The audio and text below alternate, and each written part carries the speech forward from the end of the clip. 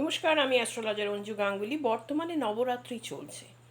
এই নবরাত্রি থাকাকালীন অর্থাৎ শনিবার এবং রবিবার দিন একটি বিশেষ যোগ সৃষ্টি হবে, রবি পুষ্যা যোগ।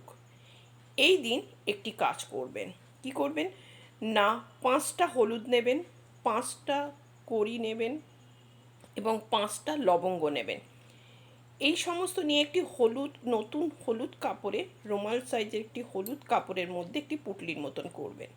আপনার যেখানে ঠাকুরের স্থান সেইখানে সেইটিকে পুজো করবেন এবং মনে মনে চিন্তা করবেন যেন আপনার আর্থিক উন্নতি বৃদ্ধি পায়।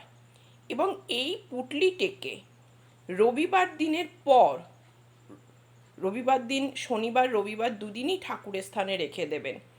রবিবার দিনের পর ওই পুঁটলিটিকে আপনি যেখানে টাকা রাখেন, অর্থাৎ ক্যাশ যেখানে রাখেন সেইখানে রেখে দেবেন।